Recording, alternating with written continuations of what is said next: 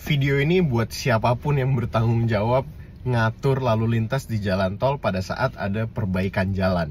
Jadi saya baru aja kena macet di jalan tol, biasalah karena saya setiap hari selalu lewat jalan tol.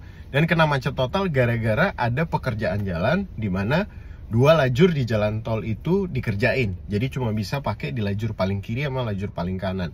Nah, mereka pekerja-pekerja dan siapapun yang berhak untuk mengatur lalu lintas itu, mereka hanya taruh cone-cone, kerucut-kerucut itu supaya bikin mengerucut gitu ya, supaya orang pindah ke lajur lain itu cuma sekitar 10, 20, 30 meter ke belakang gitu ya. Nah, ini yang saya nggak ngerti kenapa Indonesia nggak nyampe-nyampe di tahap ini gitu. Kalau di luar negeri, kalau misalnya ada pekerjaan jalan seperti ini, satu, dia udah kasih tahu dari beberapa hari sebelumnya bahwa pada tanggal 26, 27, 28 akan ada pekerjaan di kilometer sekian sampai kilometer sekian. Oke, dia udah kasih tahu melalui monitor digital gitu ya beberapa hari sebelumnya. Dan kemudian yang kedua dilakukan adalah pada saat hari pengerjaannya itu kerucut-kerucut yang ditaruh untuk supaya orang pindah ke lajur lain itu ditaruhnya tuh panjang ke belakang, biasa 1, 2, 3 kilometer. Tujuannya apa? Supaya orang itu nggak keburu ngelambat untuk masuk dan ganggu lajur orang lain. Dan itu yang bikin macet. Supaya orang bisa lihat, oke, di depan dia kasih tahu juga monitor digitalnya bahwa pada kilometer sekian, sekian, sekian akan ada pekerjaan jalan. Ambillah lajur paling kanan dan paling kiri misalnya.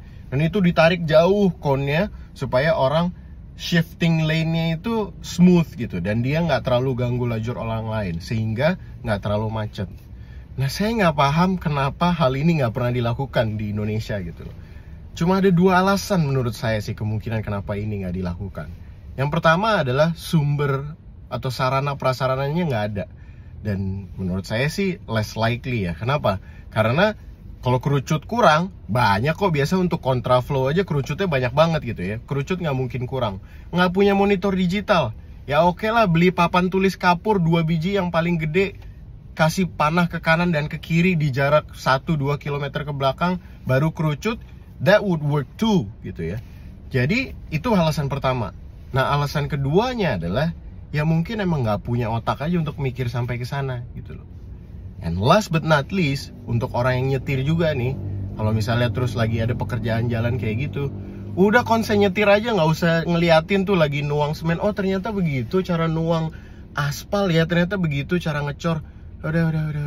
Udah macet. Maju aja, nanti nonton di YouTube cara nyemen bagaimana yang benar, cara ngaspal gimana yang benar.